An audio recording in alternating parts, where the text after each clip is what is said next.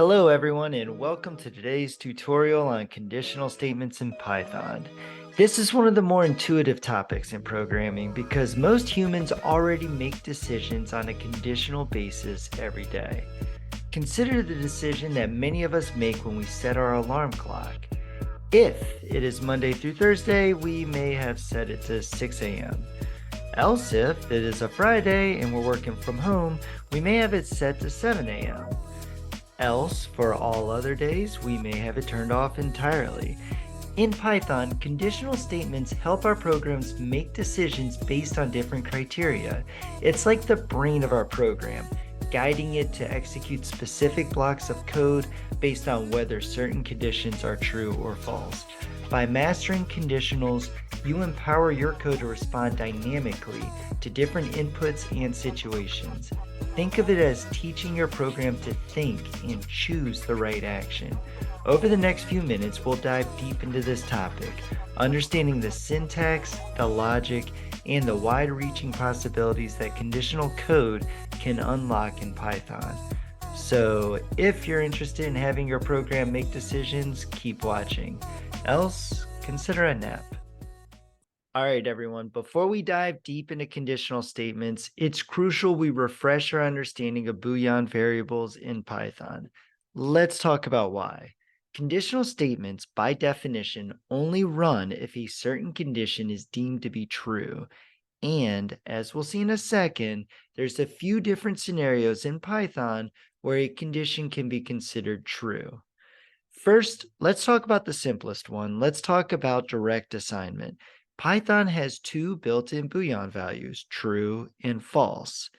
If we choose, we can directly assign a true-false value to a variable. When we call on these variables, they simply return their Boolean value.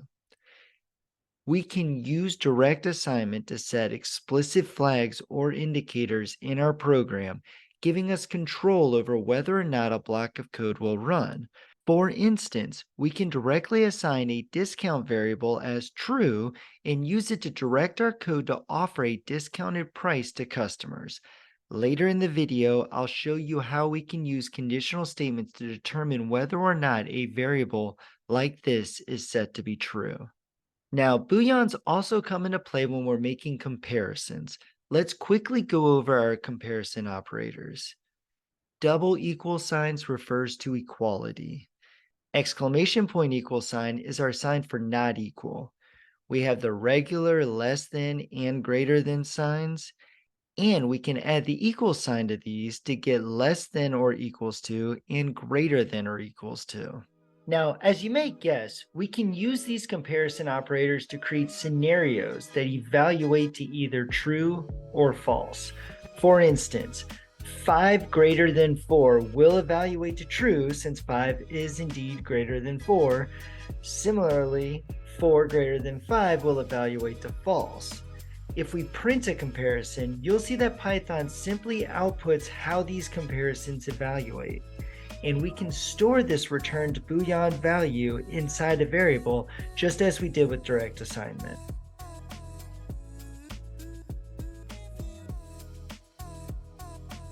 We can also combine comparisons into a single statement using the and the or keywords in Python.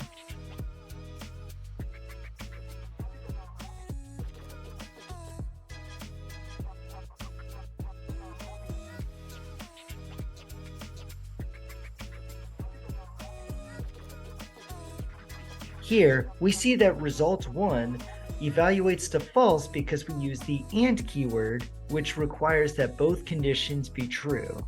However, we see that the or keyword only requires one of the conditions to be met in order to evaluate to true.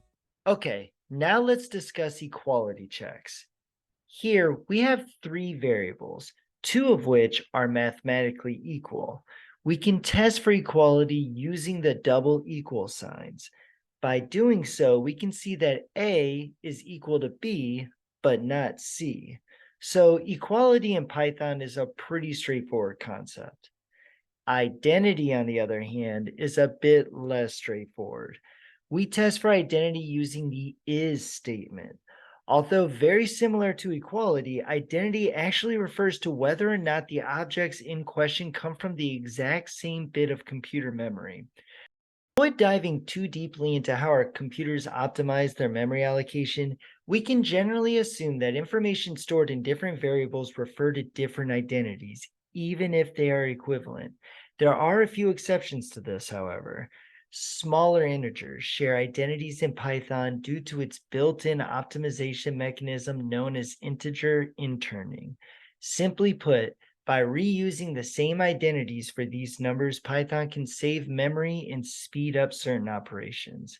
To demonstrate this, we can see that the variable d is equal to the variable e and also shares its identity. This is because these are both smaller integers, specifically because they are less than 256. We can test that they truly share the same store of memory by utilizing the ID function, which returns Python's unique identifier for each object.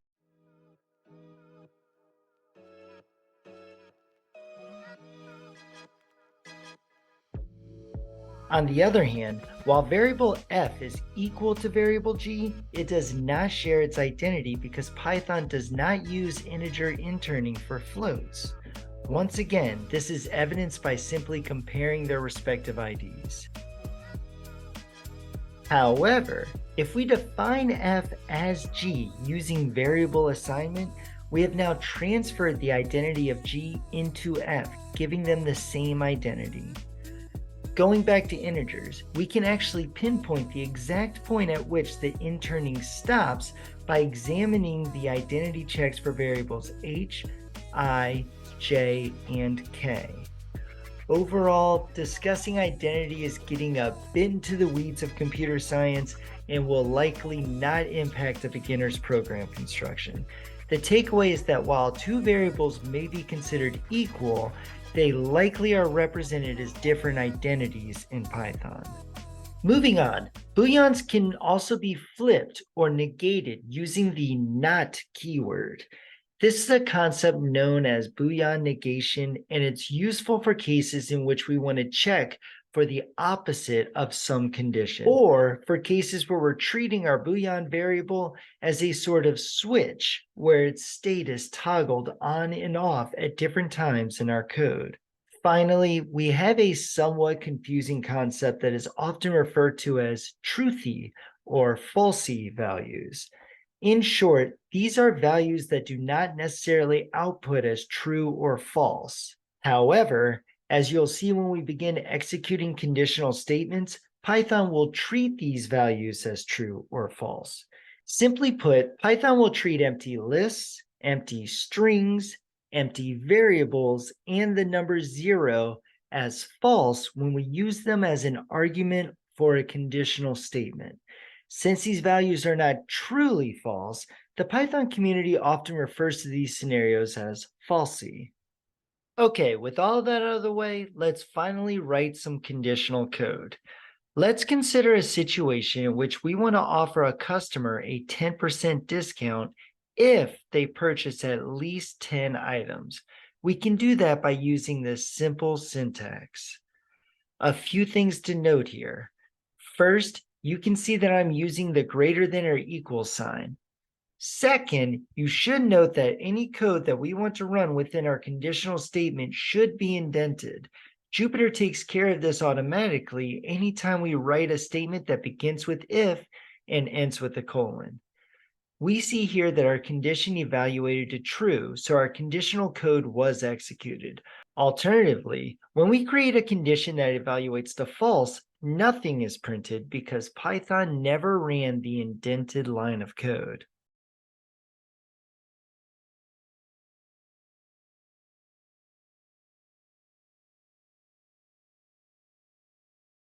Now, let's say we want one block of code to run if the condition is true and another block of code to run if the condition is false. We can do this by utilizing the else statement. Here, we see that if a customer did not buy enough products to qualify for the discount, a new variable is created called difference, which simply calculates how many more items are necessary in order for the customer to receive the discount. I'll use F strings here to give our customer a clean string of text. If you don't understand this syntax, I recommend that you check out my string manipulation video. Importantly, take note that our difference variable is created within our else statement and our discount variable is created within our if statement. This is important to consider because these variables are not created if that block of code does not run. Take a look at what happens when I add a welcome message to my if statement, which did not execute because the condition was not met. When I later call on this welcome variable, I get an error because the variable was never created. Often we have multiple conditions that we want to check where each condition leads to a different outcome. In this scenario, we use what is called an elif statement. Elif is short for else if. It allows for us to chain multiple conditions after an initial if statement. Python will evaluate these conditions in sequence from top to bottom. Let's assume we want to tier our discount offerings based on how many products our customer purchased. We can do this by chaining together some elif statements. Let's say we want to offer a 20% discount for 50 or more products, 15% discount for 30 or more products, and a 10% discount for 10 or more products, and finally, no discount at all for less than 10 products. Let's break down our syntax. The logic here checks the value of quantity. If quantity is 50 or more, the customer is eligible for the 20% discount. If the quantity isn't 50 or more, it then checks if it's 30 or more. If that's true, the customer gets a 15% discount. If not, it then continues to the next condition, checking for a quantity of 10 or more, in which case the customer receives a 10% discount. Python will continue checking elif statements until a condition finally evaluates to true. If none of these conditions evaluates to true, it will execute the else statement. A key point to remember is that only the first condition that evaluates to true will have its corresponding code block executed.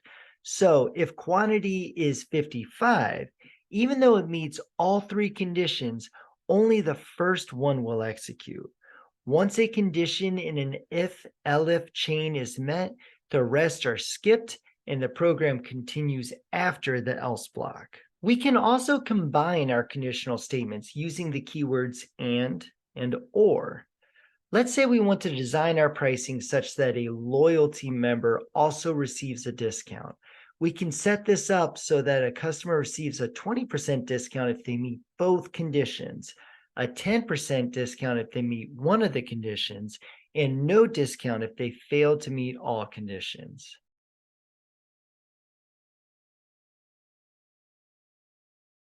Also, remember our not keyword is useful for reversing a boolean value.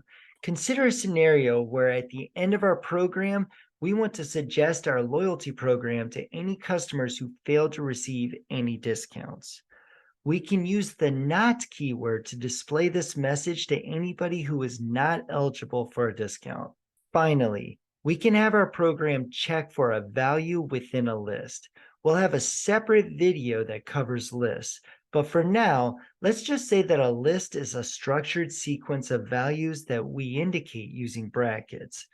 Let's assume that we are running a promotion across a set of cities. We can design our code such that it checks to see if the customer comes from one of these predetermined cities, which we've stored in the discount cities list. Using the in keyword, Python will search the list for the value stored in our city variable. If it finds this value, it will run the code in our if statement. We have it. You now know how to execute conditional statements. Remember, mastering conditionals is not just about knowing the syntax. It's about strategic thinking. It's about foreseeing possible scenarios and ensuring our programs behave correctly no matter the circumstance. As you continue your Python journey, I encourage you to experiment with these concepts, practice combining them in new ways, and challenge yourself to think critically about when and how you can use them effectively. Thank you for joining me in this exploration of conditional statements. I hope you feel more confident and ready to implement these concepts in your own projects. Until next time, keep coding and never stop learning.